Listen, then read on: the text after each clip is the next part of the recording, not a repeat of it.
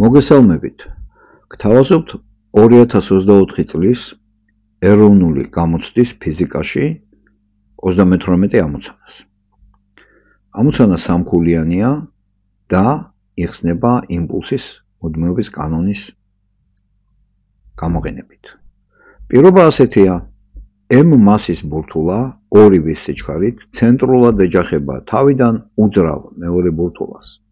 დრეკადი დაჯახების შემდეგ აირეკლება მისგან და მოძრაობს საწინააღმდეგო მიმართულებით v სიჩქარით.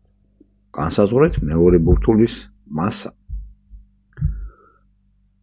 თავდაპირველად დაჯახებამდე ამ ორი სხეულის იმპულსების ჯამი გახლავთ 2mv. მისი გეგმილი ამ იმპულსთა ჯამის გეგმილი იქნება 2mv სტოლი დადებითი.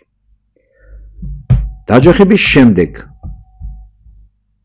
პირველი სხეულის იმპულსი შეიცვალა.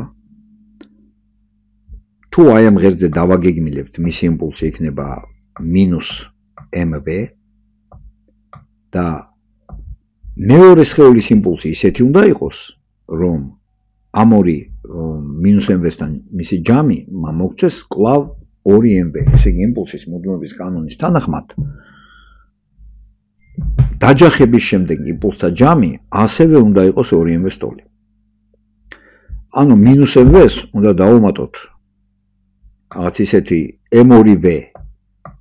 ამან ხო v სიჩქარით გააგრძელა მეორე მოძრაობა, არა?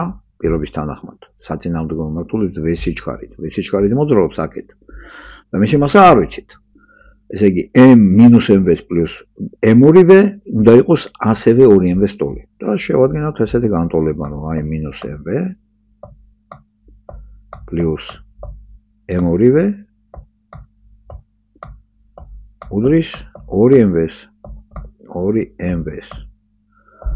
აქედან m2 რისი ტოლი, m2v რისი ტოლი, m2 უნდა გავიგოთ, ჯერ m2v გავიგოთ, რას უდრის? ეს არის 3mv სტოლი, თქმა უნდა. ესე იგი m2v ტოლი უნდა იყოს 3mv-ს, 3mv-ში. m2v უდრის 3mv-ს. აქედან m2, რა თქმა უნდა, ტოლი ეს v-ები. შეგვეცება m2 3m-ის ტოლი. ეს გახლავთ ამოცანის პასუხი.